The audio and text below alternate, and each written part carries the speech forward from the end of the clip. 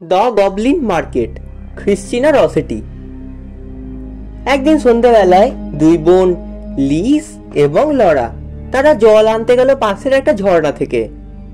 তখন তারা প্রলোভনকারী গান শুনতে পেল কয়েকটা বামন লোকেদের। সেই বামন লোকেদেরই নাম গবলিন মেন। তারা খুব মিষ্টি মধুর ফল বিক্রি করছিল। লিজ তার বোনকে সাবধান করলো যে খবরদার তাদের কাছে যাবে না। তারা যখন ওই গবলিন লোকদের দেখলো পুরো ভয় পেয়ে গেল। তারা যেন বিড়াল, ইঁদুর কিংবা ঝিনুকের মতো দেখতে, এবং তাদের হাতে মদের বোতল। তারা উচ্চতায় খুবই কম। লরা কিন্তু সেই ভয়ানক দৃশ্য উপেক্ষা করলো না। সে তখন ঘুঘু পাখির ডাক শুনতে পেল।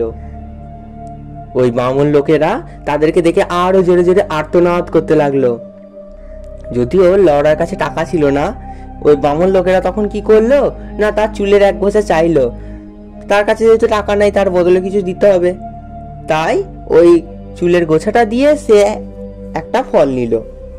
তাহলে এই চুলের গোছাটা দেওয়াকে ভার্জিনিটি বা সেক্সুয়ালিটি হারানোর সঙ্গে তুলনা করা হচ্ছে। লরা ওই ফলের জুসটা খেলো এবং নেশা বা উন্মাদির মতো পাগল হয়ে গেল। এত মিষ্টি, এত অমৃত। তারপর সে একটা ফলের পাথর নিয়ে বাড়ি এলো। লরা তোমরা ভাগই জানো তার ভার্জিনিটি লুজ করলো, মানে লক বা যেটার বিনিময়ে যে ফলটা নিল ওটাকে ভার্জিনিটি লুজ করার সঙ্গে তুলনা করা হয়।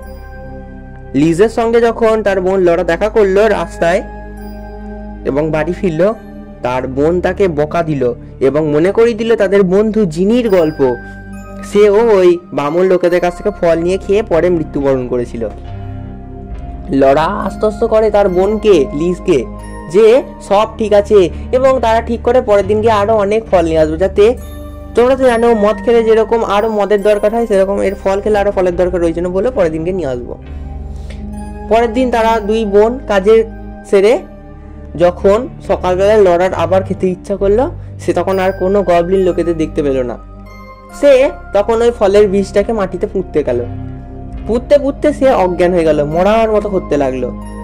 তখন তার বড় বোন লিজ সে তাড়াতাড়ি দৌড়ে গেল একটা রূপোর মুদ্রা নিয়ে ওই গবলিন মেনদের সে দেখতে পেল।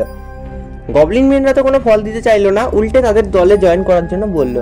সে তখন রিফিউজ করলে লিজকে তারা জোর জবরদস্তি ফলের রস ছুড়ে দিল তার মুখে।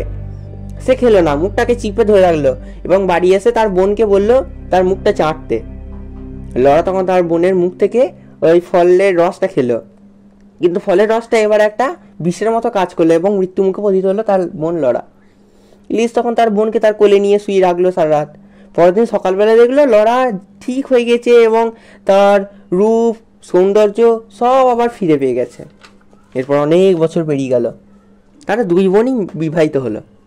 তাদের সন্তানদের তারা একদিন গল্প বলল ওই প্রলোভনকারী বামন লোকেদের, এবং শেষে লরা এটা বলল গল্পটা শেষ করে যে there is no friend like sister. বোনের মতো বন্ধু কখনো হতে পারে না কেউ।